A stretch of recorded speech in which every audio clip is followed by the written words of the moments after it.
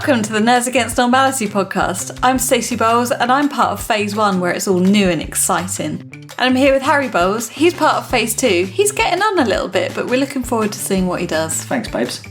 And we're also here with Ben Sheridan. He's part of Phase 3 and we all stopped listening to him a while ago. That's fair. So today we're going to be reviewing Captain America, Brave New World. Are you feeling brave? Never so brave. But I am feeling new. New and fresh. Good, great.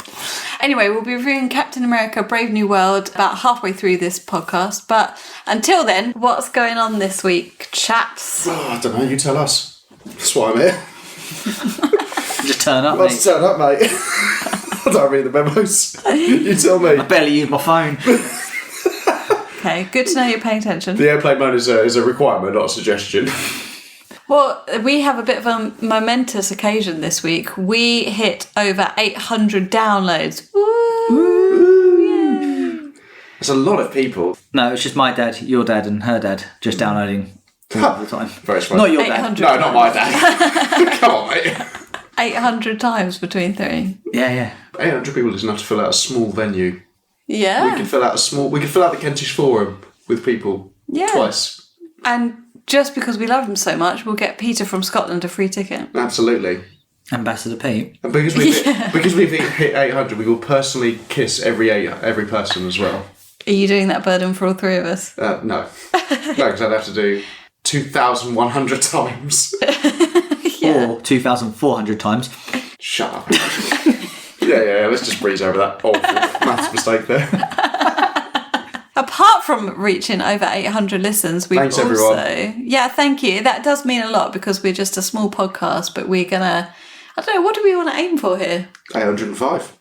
Okay, fair enough. Dream big. Lofty ambitions. Dream big. There. No point climbing I don't know that. how I'm going to break it to you, but we're already on 834. Really? Yes. Oh, well, I can retire then. Yeah. I can retire very happily then. This will be the last episode of Nerds Against Normality. Why climb Everest where you can just go to base camp and look up? Yeah. Why Got pictures. Yeah, why achieve heights? Google Maps exists. If we get to 836, will you just run through the streets going, woo? No, because I wouldn't do that anyway for anything. Well, actually, no, maybe. Hey, Metal Gear Solid got a remaster. Maybe I would. Oh my god, that's happening. What did the first person want to put? You know the Google Maps images? There's got to be the first person to have put the one from the top of Everest. Do you know what I mean? There's got to be some... Could you imagine getting that assignment? Getting that email? Ding. Oh, where am I going? Am I going to Baker Street? Oh, where am I going? Baker Street. Oh, no. Fucking Everest. I'm going to fucking Everest.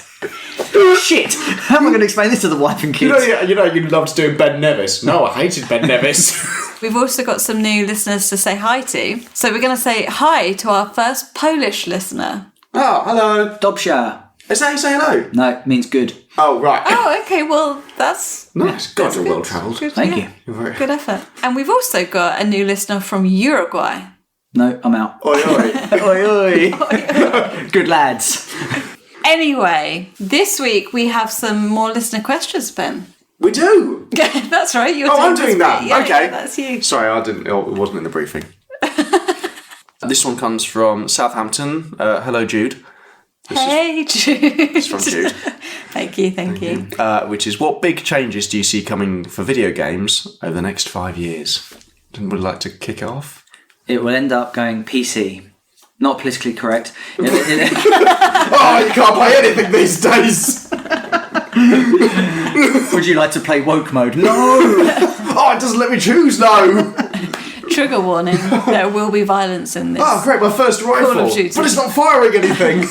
I'm Just saying nice words. Oh, I'm just hugging everyone. Oh, it's bloody GoldenEye remake. I'm going to hit you with my compliment. I think it would be PC in terms of like you'll buy a base console and then so the PS6 and Xbox 4825 whatever it is, and then it'll be like, do you want to update your graphics card or do you want to get a graphics processor? I don't know, RAM, all that kind of PC shit. I'm not a master race. I like a console. PC gamers consider themselves better than others. Fair They think they're so much better than us just because they're much better than us. It's like a modular sort of system. So you like if you want to play, I don't know, whatever it is at 60 frames a second, you can just sort of upgrade your driver or what it is. You can tell I don't know much about PCs. I just think it'd be sad to go that way just because I like the base units. And I don't think Nintendo would ever go that way. But I do see PlayStation and potentially Xbox if they don't just give up on the gaming market. I think that other than that, I think VR could continue to grow. I hope it just burns and dies. I couldn't give a shit about it, honestly. Unless it has a massive jump in which it takes a big leap. Because at the moment, VR games are gimmicky. Yeah. It's like, do you want to play this quite average game, but in VR? I'm like, no. Not really, no. Here's a question for you, and I know I've just answered the question. But along that thing. I'm doing the questions here. All right, just want to ask my question. Okay. Do you think that physical game copies will still be a thing in 5 years? Yeah. I don't know whether they'll Not just through your sales. No. As in, will it all go digital? Yeah. No, I think that there's always going to be a gap for the physical stuff. I think a lot of collectors, they like it. I think the majority, it will go to a split, like a 75% digital, 25% physical. I think Nintendo would be the last holdout with physical media. I think they will still hold out and do it, even if the other two major companies didn't do it anymore. I still think Nintendo would be the last people to. I just don't know how you, as a business like CEX, Game, or whatever, how do you survive if they go to physical? Well, you don't. Sorry, not physical, go to digital. Like, maybe they'd sell cards that would have the download codes on them. How shit is that? Can you imagine being a kid at Christmas, being like, oh boy, I can't wait to open this debit card? Is it? Oh, it's the new God of War on a card. Great. Fantastic. My favourite numbers. Yeah, it doesn't do it for me. I mean, Game over here is like what GameStop is. To anyone who's in the US listening, is like what GameStop is over there. But EB Games. Yeah, but like but you've seen it now in the high street where Game used to be like all like physical copies, and now it's going more towards like merchandise and. I've had to branch out. Yeah, and it's all Funko like, Pops, T-shirt. Game, I think, is destined to fail because they overcharge everything. Yeah, there's better places to go. Yeah, but it's still cheaper Black Harry's shop. Yeah, 184-bit gaming. What a fantastic store. Absolutely. I'm taking you down, Game. Some of it's come off the back of a truck. Some of it hasn't. We just don't. Most of it hasn't. Most of it hasn't. Some of a small portion of it. Some games will have come. Okay, it's all of my games. It's anything from PS3 backwards would have come off the back of a truck. It's a really dangerous line of work because he sits by the motorway and he gets his huge net out. Ben, go. To catch them. Have you ever seen the opening of Fast and Furious when he's still in the DVDs? It's like that with Harry now. I think VR will become the next. I still think VR will become maybe not the powerhouse people think it is, but I think it's going to become lighter, smaller, and quicker. Affordable. Yes, I think because that happens with everything. Every bit of tech becomes cheaper and lighter and smaller, and I think eventually we are going to get to a point when it's just like, what's the blind guy from Star Trek? Geordie LaForge. That one. Yeah. I think like just a band. Like a band thing. I think Mr. LaForge to you. Mr. LaForge to me. Is that how he... Is that how he describes himself? That's Mr. LaForge to you, and then I go, I'm over here. And he goes, oh, sorry. I'm too busy playing VR. He got rid of the visor, actually. Did he? He had implants instead in the future. So you got contact in the future AKA, of the future. The actor was like, I'm fed up with this fucking visor. Oh, shit. We live in a fucking generation where ships are flying through light speed. You can fix my eyesight. And I can't afford laser eye surgery. I think I'd like to see, it may not be a hardware thing, but software-wise, I would love to see game engines take a massive leap forward again. Because they look really pretty now. Like most games now look really pretty. And I think that every like massive engine nowadays has gone through like lighting and shadows and ray tracing and all that shit. But I'd love to see them go towards like physics stuff again. Do you remember like when that was Half-Life 2? Do you remember like when physics was like the major thing that sold You could shoot something and it would roll realistically. That was like unheard of. Yeah. When Half-Life 2 did it, you had a gravity gun and you could pick up stuff and throw it at the wall and it would tumble. Yeah. That's a given now in games, but back then it was like, oh my god, it's so real. Games will never get any better than this. Ever. And I've never played a game since. So I assume it's just never got any better. Not that it will happen in 5 years, but I'm going to take this question to even further into the future. I really like the idea that the internet and gaming will be like the Futurama perception of like a bit like the Matrix, you kind of dial in and you're like, Ready Player One. Yeah, God. you're like in there. I couldn't stand that. God, I'd hate that. Why? Why do I want to be physically active while playing a video game?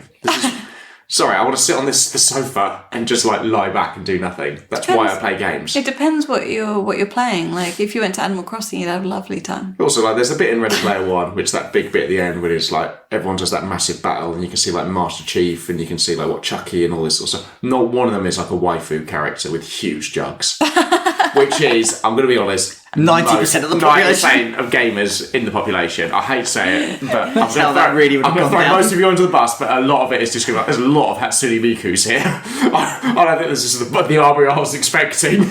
Actually, no, stupid thing. AI.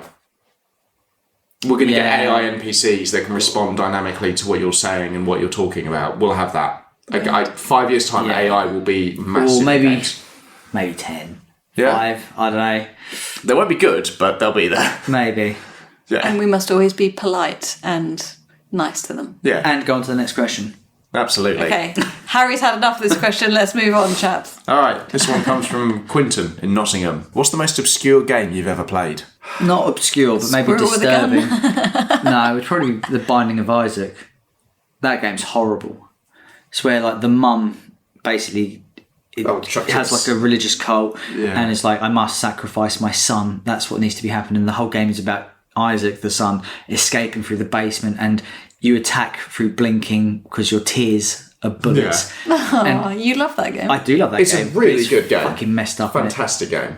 That's not obscure. It's a bit obscure, but it's not the most obscure. I'd actually say Elo Milo. Most obscure? Yeah. That was a really obscure puzzle game that we played on Xbox 360, I think. Yep. Yeah. Absolutely loved it. I've been watching to see whether they'll ever remake it or do something similar, but I've not seen it anywhere because it's a little indie artsy puzzly game, isn't it? It's good. And we loved it. I played obscure, maybe Haunting Ground. I played back in the day, but I feel like that's become more popular because of like its rarity now. Is that PS2? Yeah, it was you played as like a girl that got sort of trapped in a mansion, and it was like known for being like alone in the dark. Like you could run away from like the bad guys, but you could never really fight them. And you had a dog called Snowy, I think it was, or something, or Wolfie, and it was like that was like your mechanic was like you would send the dog out. That's a canary. If the dog comes back, it's fine. It's not barked in a while. I assume it's not good. I'm going to take the other door. Yeah, and that was like kind of a really low. That was like a really low, like very obscure horror PS2 game, which I think I've still got. Have you ever played Katamari? Damas. Yeah, Damasi, however you say it. Yeah, that's an obscure game. Literally, you are just a little ball, and there's like a big city, and it's all like colourful graphics, big chunky, and the whole point of the game is you just snowball and you gather and gather and gather until you end up like rolling over skyscrapers, and you end up like engulfing the whole city. Yeah, that was a very under the radar game. It looks amazing. I really want to play that now. That's right up my street. It's very good. Get me a PlayStation 2. There's one upstairs. There's probably quite a few upstairs. We had a really good haul from the back of that truck. That's our answers, I guess. There you go, Quentin. Not sure he'd appreciate that. What? Quentin. That's the last What's one. next? I don't know why you're saying it. Weird. All the way from Atlanta. And it's from Alex. Which video game world would you most want to live in, and why? I think this is easy. Pokemon. Oh, yeah, nice. I mean, the only downfall is that at the age 9, you get abandoned by your parents to be thrown into the wild with like a wild rat, and you have to take down the mafia. yeah, Apart from that, the mafia are kind of easy for a 9-year-old to take First on, thing you though. see is a Rattata chewing on the corpse of another 9-year-old who's gone past and failed miserably. Just scrawled in blood in front of like, stay out of the long grass. What would your starter Pokemon be, then? it's Bulbasaur, and I'm fed up with everyone saying it would be anything else. Yeah. Charmander. It's always been Charmander. Yeah. But Yeah. I'll go Squirtle and fuck you all. Because you're a wet wipe. Wet wipe. That's my new Pokemon. That's what you. Stacey use wet wipe. Oh no! Jesus. I don't like that. That's not offensive. Yeah, Pokemon, that would be a good world to Pokemon World, yeah. I don't know if I can beat that now. I wouldn't even choose Animal Crossing because Tom Nook's a bit of a crook. He's like landlord of the island, isn't he? Yeah, you're means constantly in debt to Tom. I don't trust him then. No. What, a landlord who's like wants more money? Yeah. Wouldn't have thought about that. No. But I haven't had hot water for 3 weeks. Sorry, mate, there's nothing I can do about it. Not until the turnip prices go back up. Yeah. I'll send the plumber around. It'll be within like 6 weeks. Pokemon is the best, actually. I don't think you can beat that. Oh, I'd just go. I'm just going to go generic and say Elder Scrolls World. Tamriel. I live in Tamriel. I'd be quite happy with that. Yeah. Glitching all over the place. Absolutely. Getting rude Swinging messages. my sword around like a mad Bends man. in the wall. He's had to reload. Oh, I gave... saw Harry the other day, I gave him an item, but he hadn't given me the quest yet, so I've locked out the rest of the fucking game. And I've fallen through the fucking world again. Getting rude messages as you... Someone's modded me. Thomas the Tank Engine is flying through the sky. I love that. Does sound quite clever. Stacey's fucking T-posing into... Just fucking wiping everyone with a wet wipe. Oh, I don't want that. No one needs that. No one wants me to wipe them with my wet wipe. No. Next question. And final question, Fiona from Portsmouth. I know you can't talk about it, Ben, but what does a day in the job look like? Oh, how are you going to get around this one? No, I can talk about it like the day. I can talk about day-to-day stuff. It's a good callback from her. Avid listener, thanks. Thank you. So I'll usually wait till about 8 o'clock, have 2 cans, and then quick line. And then that's a good way to start my day. Top tips. So Listen, Spielberg, I'll be there when I get there. Schindler's what? Slam the phone down. You pervert. Who is this? No, that's pretty much all of it. Okay. That's all of it. Yeah. Then I go back to sleep. Thank you, Fiona, for your question. Thank you. Well, I'm an assistant director. I think I've said that before. And I work mostly with the crowd side of it. So my day starts like, I don't know, typical day. I'll get in about 5 o'clock, 4 o'clock in the morning, 5 o'clock in the morning. And then my job is basically to get all of the people who will be background extras in the scenes we're shooting, to get them through hair and makeup and costume, get them fed, give them their briefing, get them to set. And then when we're at set, my job is to literally like have them in the background of a scene, and you talk to the director and you ask what they want and like what sort of vibe they're going for, and you collaborate with the first AD and the costume people and like props and all that to essentially get them through and give you a bit of life in the background of a scene while your main cast is talking. And we do that for about, I don't know, anywhere between 10 hours of the day. Generally my day is 10 hours. And then... Well, what time do the extras, what time do they turn up? Because they can't be there at 5, can they? Mm. Really? Oh, yeah. We did, I did Lord of the Rings of Power, briefly, and we did, so on that it's heavy prosthetics, it's all orc makeup and all that. We were called in at 1 in the morning.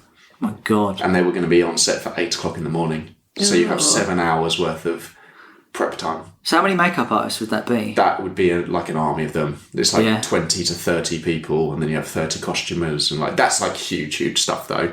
It's like a production line. It is literally an assembly line of people, and you just got to make sure everyone gets through on time. But yeah, like those are the big days. And then of course because everyone else turns up at 8 o'clock, and that's the start of their day. And they're all fresh. Yeah, You're right, Ben. They're like, wee! And then you're there like already having done a full day of work pretty much, and you're like, I've got another 15 hours to go. And then you've got 3 hours worth of D-rig at the end of it or something. It's horrible. Like, those are really tough days. Can I ask a practical question? You may. If you're up at 5 a.m, what time do you go to bed? Oh, God. 2, I don't know. It kind of depends where I am. How many lines? How many lines. So I don't sleep. No, that's It's better just to be there. so productive. I haven't stopped talking about this stuff. It's got a whiteboard like on Always Sunny. Just like, It's like you did lose a lot. You're going to be in the river. You did use a lot of string. I don't know. My average amount of sleep when I'm at work is anything between like 5 hours, 4 hours, 5 hours. Ugh. Yeah, so that's why I'm always tired. So And do you walk around with a headset and a clipboard? not a clipboard because like that's They're reserved for the adults. also don't wear a clipboard. Like don't be that eager. Don't be that eager. Don't be that person that has like, oh, I've got a clipboard. Because like I'm going to sap that clipboard. That'd be me. Don't ever try and upstage me. No, you just got your sides or like your script, and you've got your call sheet, and you've got your 2 radios, and you just draw maps and you make sure everyone is where they need to be. And have you had extras question you though? All the time. It happens every day of my job. But I'm a wannabe actor, so I'm going to tell you how I want this scene to go. Like, and I'm a wannabe creative person. Now get back. Now you've got to cross from that window to that window, and you're going to be pleased about it. Yeah, I could imagine. Yeah. Oh, all the time. Yeah. 90% of extras, or SAs as you call them now, 90% of them people are very, very nice people. 10% of them are not.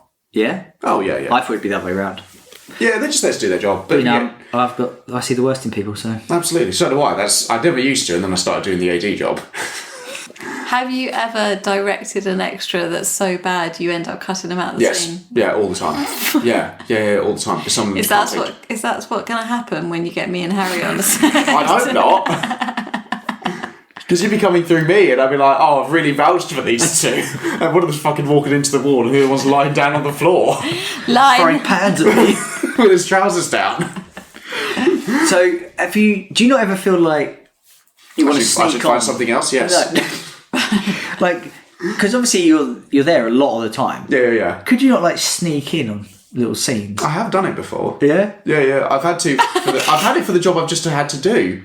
We were doing a huge funeral scene with all these paths, and we can't hide. So we're just in black, and you just got to turn around and look at a grave and be very mournful. I've been in You season 4. I play a homeless guy outside. In You? Yeah, You season 4. Oh my god! What? Yeah. You can see me in one of the scenes. I pass the camera because apparently I looked really homeless at the point. Oh my god! We need to find someone who looks really homeless. That's my god. Yeah, but that's what my first AD said. He went, "Oh Ben, you look homeless today," and I was like, "Oh great." I was wearing my nice t-shirt. Why don't you lay down for a bit? That's literally me. God, yeah, loads. I've been in a few little things. I like the idea that there's a scene of The Witcher and they're all dressed in cloaks and what. I've never seen The Witcher, so that's fair. But they're all dressed in period costume, and then you get Ben just sidling into the side of the screen hello, the beanie on and a checker jacket. I've definitely been in a few scenes I shouldn't have been in, so I think I've had to be cut out of stuff because I've accidentally been on camera. But that's always fun. There's my foot. Yeah, it's literally was that sort of stuff. And then, you're responsible for making sure they get their forms completed and all their paperwork done. And it's a fun job. I do love it. I love what I do, but it's just a lot on you. It's very taxing. And you've got to make sure that everyone's where they're meant to be and they hit their marks and everyone knows what they're doing, because some people can't. Yeah, I should get some essays onto the podcast so they can talk about it from their perspective. Why are they called essays? Supporting artists, because you're not allowed to say extra anymore. They changed it. Oh, SAs. Yeah. Not essays. No, not. Because talking to them is not half a struggle. You've lost every privilege to be on a film set now. Oh, come on. You have a film degree. Yeah, but that was before everything turned woke. That's true. Because we're not allowed to say props with clothes on. So that's everything I do in a day. It's usually about 14, 15 hours. It's a good job, but it is taxing. I think we best get on with the film review. Okay. With a review. With a review. Right, this week I picked Marvel's latest cinema outing, Captain America: Brave New World. So, to give you a brief synopsis of the film, it's not that brief. Sometime after the events of Falcon and the Winter Soldier, Sam Wilson, Captain America, has now fully embraced his title as the new Captain America. Well, fuck that. He is Captain America. And I need to confirm it twice. He's Captain America. He sent a proof of address and a passport to Avengers, and they went, "Yeah, you're Captain America. That makes sense." Do you have a letter of reference? Yes, I do. Yes, I do. Oh, that's nice. So, to give a brief synopsis of the film. Are you Sergeant of America? No, I'm Captain America. Lance Corporal of America. So, to give a brief synopsis of the film, sometime after the events of Falcon and the Winter Soldier, Sam Wilson has now fully embraced his title as the new Captain America. Now Sam has been summoned to the White House as new President. Thunderbolt Ross wants to work with him on rebuilding the Avengers, but trouble ensues when a worldwide meeting for distribution of adamantium goes Pete Tong. Cap 4 is directed by a relatively unknown director, Julius Onah. His most recognisable film would probably be The Cloverfield Paradox. It's unusual for Marvel to go for an unknown director, right? Is it? Yes, I know, is it? They wanted a yes person. I'm amazed a director does anything on a Marvel film. They probably don't. They don't. Kevin, tell me what to do and tell me I'm a good boy. The only Waterloo, bloody boy. Clip that up. Waterloo going. So the film stars include Anthony Mackie as Cap, Harrison Ford as Ross, not from Friends, Danny Ramirez as the new Falcon, Tim Blake Nelson as Samuel Stearns, and Giancarlo Esposito as Sidewinder. Production budget for this. What do you think this cost to make? What currency are we doing this in? I'll be nice, and it'll be US dollars. Damn it! Pre or post gold standard? Okay. Well, I think it's going to have a massive budget. It's Marvel. There are a lot of special effects. Harrison Ford's in it. He's going to take 80% of that. So I'm going to go for 30 mil. You won. It's really expensive, and then you went for. Do you know the You're not Sonic being movie serious, are you? cost 100 mil? 300 mil. Red 1 was like 250. I can't tell if you'd be a really good film financier or a really bad one. How much? 350 mil. You've gone so far the other way. 3.5 billion. You know in fucking Austin Powers, it's like 1 million. They're like, sir, that's not a lot of money nowadays. Oh, right, okay. That's literally you. That's what I said. I said $400 million. Yeah, we all heard it without a stutter. Okay. Ben, can you top 30 or 400 million? Somewhere between those. I'm going to go 35 million. It would have cost about 210 mil. So just below that, it's predicted to have cost about 180, but there are complications around it because it had lots of reshoots. So many reshoots. So we don't know. So obviously it's still running at the cinema at time of recording. So how much do you think it's made back globally? I'm going to say it's taken 270 mil so far. 270 mil? Worldwide, yeah? Worldwide. Mr. Worldwide. 269 mil. For fuck's sake. You're such a... Redacted. I'm going to have to bleep that bit. Okay, so it's made back 400 million, which is astonishing considering it's been slapped with bad reviews, with mediocre reviews. It's been a success. Yeah. I wonder. And it's still in cinemas, and there's no competition. Again, it won't say because of that. I wonder if that's 180 million for the base budget, and then it was like the reshoots added on about 40 mil, then etc. Up to about 400 mil. Roughly, give or take.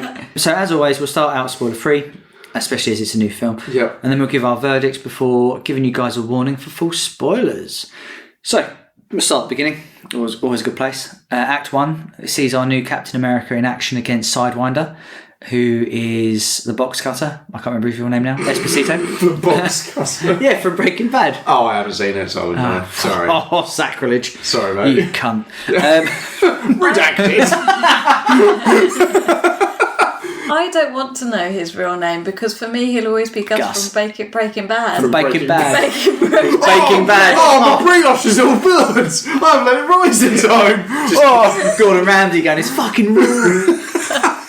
I'm trying, Gordon, I really am. The Victoria's sponge just collapsed. Anyway, trying to basically they're stopping Gus for the adamantium. They've stolen adamantium. They're on their way to get it. Him and the new Captain Falcon. After successfully retrieving it, he meets his old pal Isaiah, who is an ex-Captain America, and they then get an invitation for a World Treaty meeting for some reason. So how did you find it? How did you find the setup? How did you find any of it? The opening of it is fine. There's a lot. I'm going to be saying that a lot in this film, I think. Sorry, spoiler alert. It's not really because this is what the fourth Captain America film we've had now. Yep. And it's the new one with him, and it's also I never saw the Falcon and the Winter Soldier, so I'm assuming there are some elements that are from that have carried over. Isaiah. Yeah, so he's a big part in the show. So that's a real thing. Like Isaiah was another Captain America that got passed over, and he got like shushed. Basically, he did a job as basically as a servant of war. He had the super serum. He got put in prison. And then he got put in prison. They scapegoated him basically. Yeah. Right. Okay. And then they tested on him. It was alright, but I've sort of seen that. I've seen the Captain America thing before. Like it's him assaulting like a small position with special forces, rescuing hostages. I've seen that with the ship, and the same thing happens again with it. Does that make sense? Yeah. I mean, but he doesn't have the super soldier serum, so they have to make it a bit grounded because obviously he can't drag helicopters out of the sky. And oh god, such a good bit. Anthony Mackie's a good-looking guy, though. He's a very good-looking guy. Oh, yeah, I'd go. Go for it. Had good calves in that scene. You could see him. I was like, that guy's got good calves. I leant over halfway through the cinema and I said to you, that guy's got good calves. And then I pulled the film. And then I pulled my trousers off. I got asked to leave. So I've seen it in 2 sittings. Fun with a moustache and fake pair of glasses on. I thought the action was fine. And again, It's using okay. that word. Did you enjoy the action? I really wasn't looking forward to this film. Really? Well, it's just that I really didn't enjoy the Falcon Captain America TV show at all, especially in comparison to the other TV I can tell shows. because you butchered that name. It's not Falcon and the Captain America. That Who's who? Or Sergeant America, or Commander America, or any other Lance America that you're going Corporal to wind me up about. Yeah. And also, I'm marvelled out. I'm quite frankly, I'm astonished that we went to go see this film in the first place. And the setup to this film, like you say, was kind of generic America, as in, Jamaica. and he's just going around like being the nice guy, saving a bunch of people, and it was fine, like you say, nothing out of the ordinary, nothing that's wowing me. It's fine. It says to him, like, I'm going to go 3 rounds of Captain America. Let's play tag rugby. It's like, why? To show that he can cut it with the best. This old women. I'm going to say, I'm not Captain America. I think I could have done it as well. You reckon? Should we just give it a go? Let's do it. Should we call him? Pause. We've lost Ben. So we started to GoFundMe for Ben's coma. His family is devastated. Didn't even get 1 tag, slipped over on the way in. He's broken every bone in his body. face planted the table, went straight through it. Yeah, it seemed right. He's the most heartfelt character, I think. He's lovable. He's very good in this. I can't remember the actor's name, but Isaiah as a character is good, and I liked him. And you were rooting for him, right? Yeah. He felt sad because he was like, I'm going to suit up for the White House, and he's wearing his wedding suit. And he's so chuffed in it. The other guy, though, the young guy, Falcon Man. he hasn't been in it before, has he? I might be wrong, but I'm fairly certain this is a new role for him. Oh. I don't think he's introduced. Twin I Falcon. think the whole put the suit on. I think that was a reveal. Like, Yeah. ooh, Because, that new superhero that I'm super pumped Wow, to see. can't wait to see that. Oh. He was really annoying. He was alright, like to begin with, and he was really forgettable as well. I felt like the chemistry between him and Anthony Mackie was alright. I liked the banter. Yeah. Like They got on well. We'll get through to it, but they have a few good scenes together. Which Well, he didn't talk down to him. Like a lot of the time, Batman and Robin is a prime example. Batman's very much like, yeah, I'm the hero, and you're just a bitch. Yeah, and Robin's like, have you passed a DBS check? Also, his whole thing in there is just like, can you teach me the spin kick? I'm like, mate, I've seen that spin kick. That's not an easy thing to do. Like, that looks really hard. We know, you tried to walk in a room and almost died. I know, absolutely. Oh, by the way, I'm back. Sorry, I got out. He made it. Yeah, sorry, we've cut. It's been about 2 months, so I'm back. Let's try the spin kick. We are once again asking for funds. They tried to assassinate the president, Yeah. which I'm surprised they kept that in. Right. Mostly because Trump almost got shot, literally a couple of months ago. This was we'll get into this. This film almost went political with it, and they were like, no. Yeah. Harrison Ford once again reprising his role as president. Amazing. He needs to be the next president. I'm going to assume it's the same president from Air Force One. I think it is. Yeah. It's the same It's a president. continuation. Yeah. And- He's been president since then. Yeah, of Yeah. course. And the reason why he's so angry is because he's got a lot. Because nobody else has been fucking president. Oh, I just want to get a plane hijacked again. So yeah, there's an attack on the White House, an assassination attempt by Isaiah and a few others, and it's meant to be like a... It's like Winter Soldier. They have a code. Which we all saw coming a mile away, right? Yeah, but I appreciated the film didn't treat the audience just like idiots. They didn't save that reveal for like the end of the film. Yeah. 20 minutes later, they had figured it out. And Yeah. it was like, yeah, we know what it is. He's like, I've seen this before. It happened to Bucky. Now we need to figure out how. Also, they go running out of the White House. Firstly, need better security, I reckon. And also... Are you getting in the way of a super soldier? Stacey ended up in hospital. We need to go. And And then secondly, when Cap goes running out to catch him, all I could think was, oh my God, he's not even breaking a sweat. He's just running full suit, barely out of breath. Obviously, he got caught.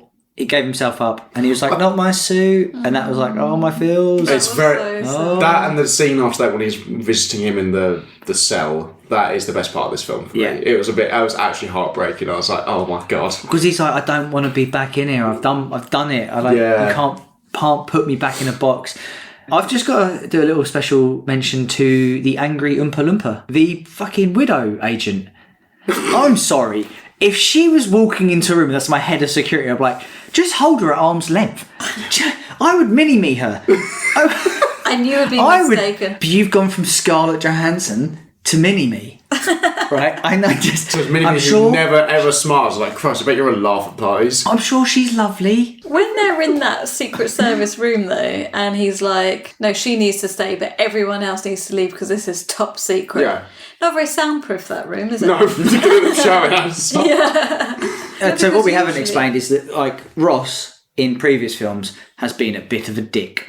He's anti-Avengers. He tries to shut down the Avengers, didn't he? Yeah. What's the Accords? Sokovia Accords. He basically said, like, you need to be under control of the US government. If I tell you to jump, you say how high. Yeah. And Anthony Mackie could jump very high. With those cars, insane. I mean, without the wings, we were like, the wings are display purpose only. Doesn't need them. But yeah, so Ross has had a change of heart. He's seen that, we've got to be better and we've got to work together. And there's this pool of adamantium that's going to change the world. It's going to revolutionise everything. It's going to blow vibranium out of the water. It's, if we can split it evenly across the world, everyone's going to live better. And now, if you're up to date on your previous Marvel films, that's not him. That's not what he's like. No. But he's doing a brave new world, some might say. What? Fast forward, Cap and Falcon, they establish it's the blinking of the phone light kind of triggers them, like the lights and sounds. It seems to be like a flashing light. It initiates the let's go protocol. Yeah, kill the president protocol. Is it lights or is it sound? I have a feeling that might have fallen apart with the reshoots that you were talking about because actually, you do bring up a point. They establish quite early on that it's the light because he watches the CCTV. But then by the end of the film, that's all forgotten about and it's the sound. So which is it? Yeah, anyway. No, I don't know. I would say a good point because also in the intro, I don't know if you picked up on it, but it was lots of squares flashing like a phone screen, as was the outro. It wouldn't make sense if it was just a flash because then you have to wait before he then does it sort of thing. Unless the flashing on the phone was more like, turn your volume up. Spotify, coming in. Yeah, so we move on. He's basically, I'm going to break you out, not break you out of jail, I'm going to get you out of jail. And do it properly. We need to figure it out. And this is where you get the reveal of the villain. It was Stearns? Samuel Stearns? Samuel Stearns. He had a weird pulsating enzyme-y brain. Yeah. He looked kind of like a ball sack. I don't mind the ball sack. That's what you say. That's what I heard. That's getting glimpsed up about the socials. But his green skin just was... It's so watery, very watery makeup. They break into a secret government black site because there's always one. It's like very conspicuous. It's right in the middle of like a fucking giant satellite dish. You get a good 5G there. And also not that much security considering the highest. There was a camera. Things. Yeah, that's what you need. If they'd had a Ring doorbell on that door, the plan would be over instantly. Fuck! Well, this is when you get your first reveal of him and his power. So, in The Incredible Hulk, his DNA gets spliced with Bruce Banner's. It leaks into a head injury. So he doesn't get super strong, he gets super smart. Yeah. And his power is kind of figuring out probability. Well, if we go down this avenue, it'll probably go this way. And he can just kind of map out how situations will play. But Anthony Mackie and his gigantic calves, they don't play by the rules. No. They're off the books. It's the one thing you can never giant calves. You just didn't see them coming, which is surprising because they're massive. And they have their first interaction. And apart from weird looking, he's quite an intriguing villain. I quite like the fact that he's not a fighter. Like, he would get smacked up immediately. Yeah, he's a thinker. And I prefer villains that are thinkers over... Yeah, I think I like his look, and I like that you only ever see him from with like a hat and sort of, shadows down. You can only really see his face and like his green eyes. I quite like that, and I think the actual reveal of him in that one is like all in darkness, mostly, until he reveals. It's like, fucking hell, is that a ball sack on your head? He's like, no, it's not. Here's a baseball cap to cover your ball sack. Goes into fight with him and the guards because they have the same mind control thing. And it's also revealed that Thaddeus Ross has also got a profile on him. Well, about the mind control. You don't know too much about it, but it looks like he's been compromised because he's got, like you say, he's got a picture of him on his bedside table, which he kisses every night. Absolutely. And then Act 2 kicks in, and I've just put, it starts with the angry widow now on side with our heroes. That's when you find out that she can actually kick ass. Yeah. But it looks awkward. I'm sorry, it looks awkward. It does. She's 4 foot tall. I mean, for the whole thing, I think every fight scene in this looks quite awkward. It's not as good as Daredevil. I've just seen it all before. Do you know what I mean? It's the same moves, it's the same grapples, and it's like, no offence to the stunt team, I'm sure they did exactly what they could, but it just looks exactly the same as everything else. Yeah, you've seen it and seen it done better. So at this point in the film, I'd say that Ross starts taking a bit of a turn. So negotiations. There's a funny turn. He has to lie down for a bit. He needs a little lay He's not been on Air Force One for a little while. He's getting withdrawal. He's getting a bit triggered. Negotiations with Japan have started to waver because of the whole adamantium and the attack it's like who took it, and there's a bit of trust issues, and then out of nowhere he has a bit of a sulk and he's like, well, I'm going to take all of the adamantium, it's mine, you can't take it away from me, Japan. Precious. Yeah, exactly, and that's exactly how he said it. You could say it's an incredible sulk he has. Oh my god, how long have you been thinking that up? Oh, I just thought of it. Can you imagine if the current president could turn into a Hulk? He'd be like, fuck. Oh my god. Fucking hell. Really orange. Yeah, he'd be turning into an orange Hulk. Yeah. And a really bad wig. And I was the best Hulk ever. No one did a better Hulk than me. They said that. Everyone said that. Russia loved it. They said you've never done a better Hulk. And I was like, that's fine. I've never done better Hulk. It's pretty good. Thank you very much. Anyway, getting derailed. So they like fucking, let's go to the Indian Ocean where the massive colossi thing is poking out. Because Japan and America, basically, their fleets are trying to get to there to get it first, and they want to. What are they going to do? Just drag it home? I don't know. It's so fucking I'm going to get big. there first. Oh, are you? Great. You could be on the other side of the hand, and you'd never see each other. You'd be like, have they got here? They're on different time zones. It's that fucking big. Are they here? I haven't seen them. Thanks to mind control, they managed to get, was it Whiskey and Jackal, 2 of the pilots. They go a little bit off rails. What's his name? Stearns is trying to ignite the war. Yeah. But he doesn't account for Falcon. Yeah. And his calves. Which you'd think. And he jumps up. and Falcon with his smaller calves. Does all right, but not as good. Not as good. I actually felt that was the best action scene. But I think that's down to the tech and the suits, because that's the only place that they could have a good fight scene, because he's not super slow. Yeah. I just wish they'd done a bit more with like the elemental, like the celestial. I wish they were like going in and out of the fingers and all this sort of stuff, because it's just there. Does that make sense? Yeah, it's just a backdrop in the background. Like, he holds on to it at one point. Yeah, it's like, could have had an opportunity here to do like something cool with it. It's revealed in that because Falcon and all that turn up. There's like permission to come on board, and he's like, yeah, go on then. It's like, it's not Air Force One, so maybe this will get hijacked. Where's Gary? Fingers crossed. Where's Gary? And he reveals like Harrison Ford, as Thunderbolt, when he was a general, he was dying, and he asked Samuel Stone to give him like something to prolong his life, essentially. Use your ballsack brain. Yeah. Help me. Use your brain, and then like in exchange for a pardon that never happened. And this is the first time you see a little tease of the Red Hulk. But I thought it was quite funny that obviously You thought Harrison Ford dying was funny? No. You've got to really look at yourself in the mirror. You're a disgusting human being. You bastard. The president is... I'm going to text Harrison Ford after this podcast and let him know. Oh, you do that. He's not afraid of Harrison. And he's going to be like... And, not afraid of him. Not afraid of Harrison. Because he's old. Quote me. He's saying he's old and weak? That's really mean. Yeah, absolutely. I'm just saying a gust of wind might knock him down. You're saying you could take Harrison Ford in the I could take Harrison Ford in the car. You heard it here first, folks. Harrison Ford, if you would like to take us up on this. That's going to be the next social video. Stacey got put in a coma. We now need a GoFundMe. Once again asking for a GoFundMe. No, I thought it was funny that he, as president, is directing the efforts and he's on the phone or the radio. I'll give him the benefit of the doubt because he is a general. He was a general in the war. I'll give him that. No. What I'm saying is, I thought it was funny that he was right in the midst of things, as he should be, and then just I think someone has an upset word with him, and he just goes completely angry, and he's like, "I need to step away," which is totally a Harry's rant of the week situation. And then he just disappears for the... Don't attack me. He just disappears for the rest of the fight. He's squeezing the ship's pipes and it's like, sir, we need Would those. you not? Would you not be like, fucking hell, he lifts? Or maybe something's off here because he's just squeezed a steel pipe.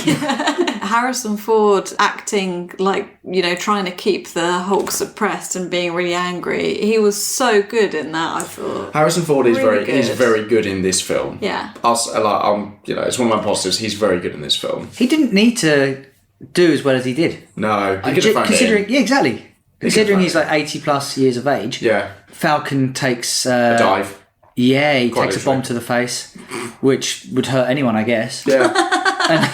Tis but a scratch. And he ends up in a coma, and there is a GoFundMe. There is actually a GoFundMe. You'd think there wouldn't be, considering he's one of the Avengers, but he's a shit one, though, isn't he? Yeah. I'd say at that point, Stern's getting a little bit frustrated. Crisis averted because Falcon wasn't meant to be there. And he was meant to stop it. Yeah, that was all good. And I think we pause it there because they're going to go into quite deep spoiler territory. Yeah, we're in a bit of a low point at the story, so yeah. So would you approve it? So as I said, I went into this not expecting to like it at all. I was pleasantly surprised because I quite like the detective-y work in the middle of it, which added a fun mystery element where they're trying to figure out who did it and who's behind it and how's it pieced together. I really enjoyed that bit. And I really enjoyed Harrison Ford in this film as well. But having said that, large parts of this were fairly average. Would I go and watch it again? No. Is it worth the effort to watch all the things before it so you know what's going on? No. So I will not now approve this film. One down. Benjamin? Very good performance. Good performances. I just feel like everyone who was in it just didn't have enough to do. You can sort of tell when the reshoots came in. There's some real dodgy CGI bits in there. I'm like, you're literally against a green screen, I can tell. It's just a very by the numbers Marvel film. It's like an assembly line of this needs to happen at this point, then this needs to happen, this needs a joke, that needs this. It's just all put together. It's just I just found it very big shrug. So I can't then approve it, sadly. No, it's Which not is sad because I wanted this to be a good one. I like Sam Wilson's character and I like him as Captain America. I just want more of this. So I would nan approve it. Yeah, you would though. But there are some it's a close one because we work on a system of either you do or you don't. Yeah, this is just crept over the line. This is just crept over.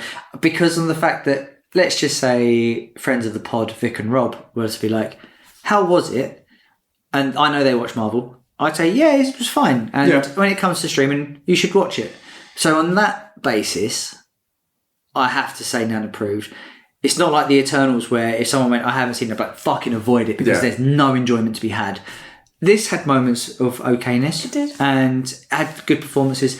It is not up there in the top tier Marvel films. It is unfortunately in that murky mid area. Yeah. But to me, it just barely just clenched it. Yeah. It's really hard though, isn't it? Because he isn't Captain America and he's not going to be as good as Captain America because, getting I think that's one of the biggest problem of the film is that no matter how much you keep telling the audience that he's Captain America, he's not Chris Evans. But he doesn't. So the difference between Chris Evans and him is that Chris Evans takes action as Captain America.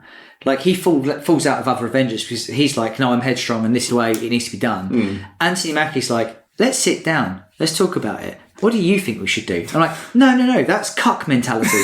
Well, this isn't Captain America. Yeah. A film I've also... a very different film. A film I've also seen, and it's very different.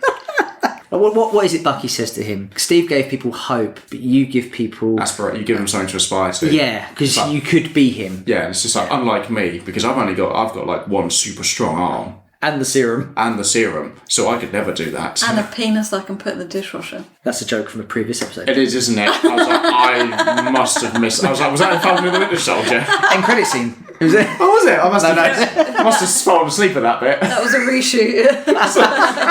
The last act is effectively Stearns plays his ace. Turns himself in because if by turning himself in, it reveals that he was giving Ross the pills, and it reveals that he knew who he was. He knew who was behind the attacks, but he hid it, basically causing the country to go into chaos and hate the president. Yeah, yeah. And so the president was like, I hate that. I hate that so much, I might go red with anger. I'm so bloody angry. I think they hit it out of the park with the Hulk fight. Yeah. I think he looked like a great Hulk.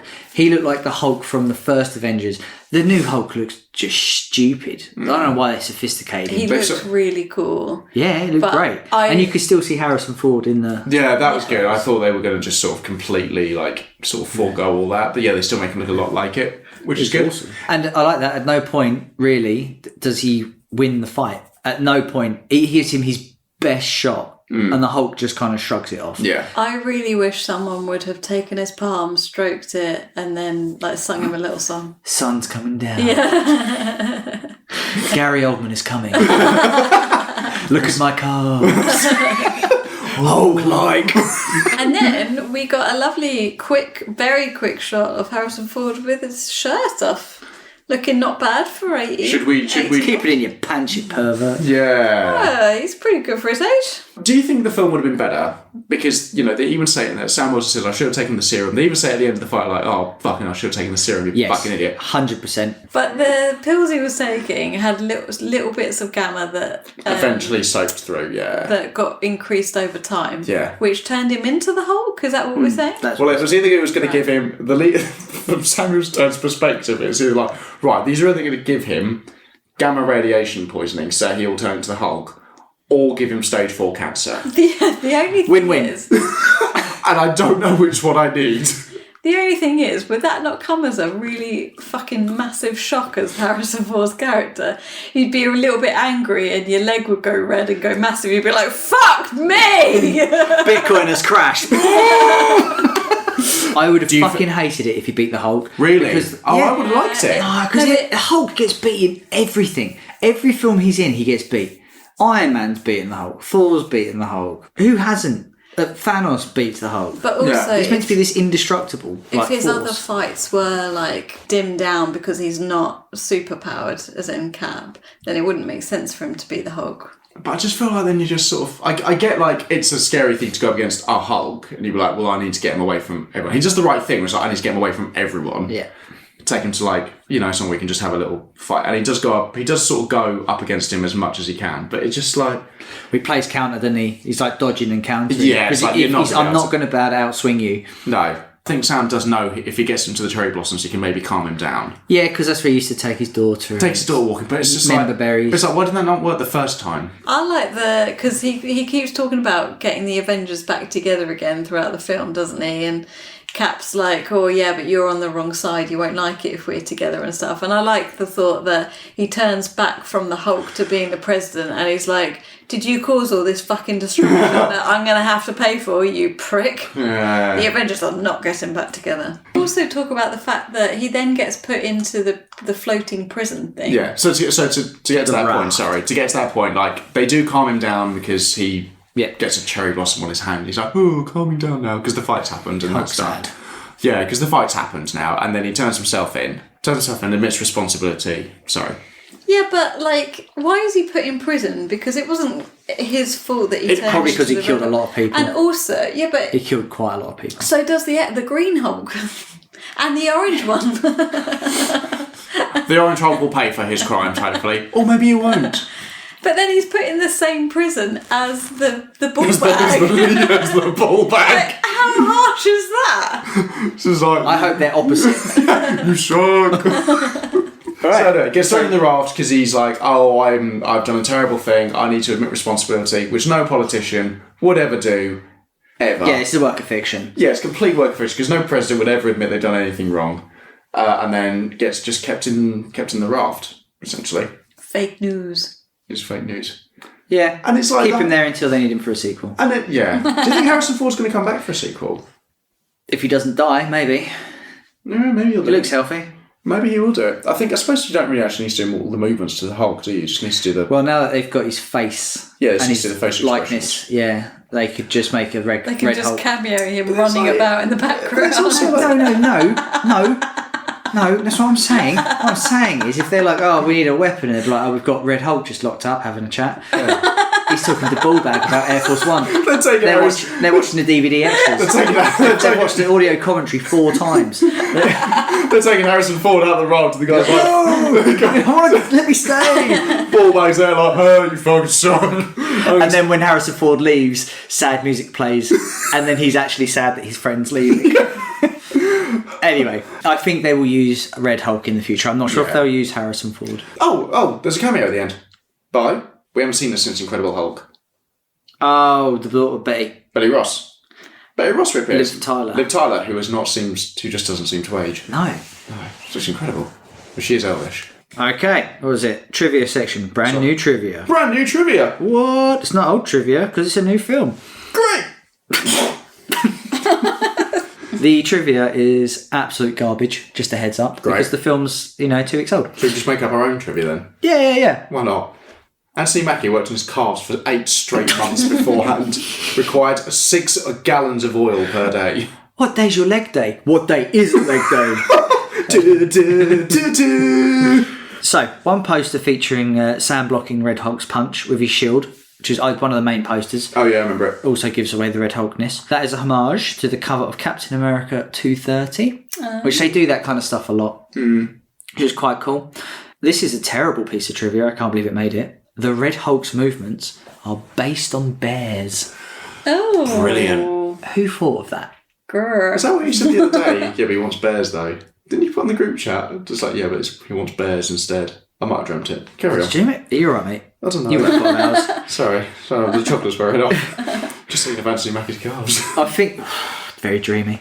I think we might have mentioned it the other night. I don't think we mentioned it on the pod, but this is the 35th film in the MCU. That's amazing.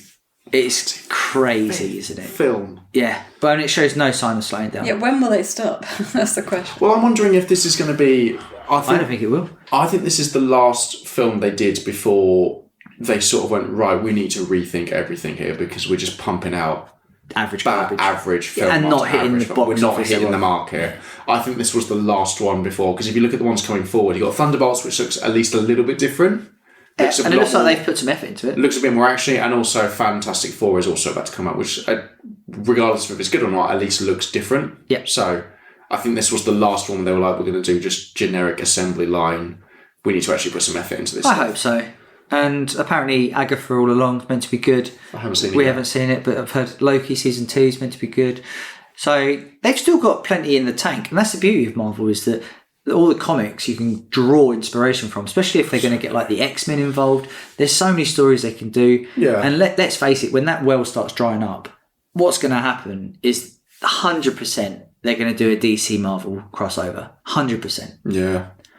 Well, they're pretty, I reckon, because Doomsday's now been, is it Doomsday, or it's going to be Battle World? They sort of now established for Avengers 4 and 5 it's going to be Battle World, so I reckon they'll chuck out anything that had never worked and they'll just we're going to get a reboot in the next few years. I reckon as long as it's good. I couldn't give a shit as long as it's good. Yeah. Like, just stop regurgitating the same shit. Just don't be boring. Just don't. Like, you've got all the money in the world, and you've got all these amazing characters with like some wild stories. Just make it interesting. That's all we're asking. And it can be done. Oh yeah, there's a reason they're at film 35 is because there's still an audience. Yeah, there's still people that want to go see these films. So yeah, any other trivia? So we mentioned it earlier as well. The film underwent 2 sets of reshoots, which is just mad. Yep. Normally a film, if it undertakes 1 set of reshoots, it's kind of like, oh, that's dodgy. Tease 2 though. 1 set depends what they're reshooting. Yeah, because they reshot because test audiences didn't like the film. They said it was too boring. Now it's different if you're reshooting because the director is thinking maybe I could add this or that. Yeah. But reshooting because the film is done and dusted, and then the test audiences said it was shit. Yeah. Why didn't they do that after the TV show? Because we all felt the same. Am I right? Never saw it. Didn't mind Snooze. Do you know which was a reshoot character? that was never in the original. Giancarlo Esposito, everything with him is a reshoot. Shut up. Yep. Sidewinder. Everything with Sidewinder is a reshoot. Gus. He was never in the original, but they needed I think with test screens they needed a villain he could fight against. That makes sense because his scenes are just him and one other person. Yeah, so they are all reshoots, and that's why he sort of just disappears halfway through the film because it's like, oh well, can't afford you anymore, Giancarlo, so we're gonna bye bye. He only ever plays a bad Villain, guy. generic villain. Well, we've explored this brave new world, now it's time to take off out of here. Stacey? We've been Nerds Against Normality. Thanks for listening. Catch all of our latest episodes every Wednesday wherever you get your podcast from. Please follow, rate, like us on social media for more exclusive content. And if you have a question or something you want us to review, please email us. We have a new email address, which is nanpodcast@outlook.com. Christ, that's easy to remember. That is easy to remember. nanpodcast@outlook.com. Cool. See you next week. Bye-bye. Bye-bye.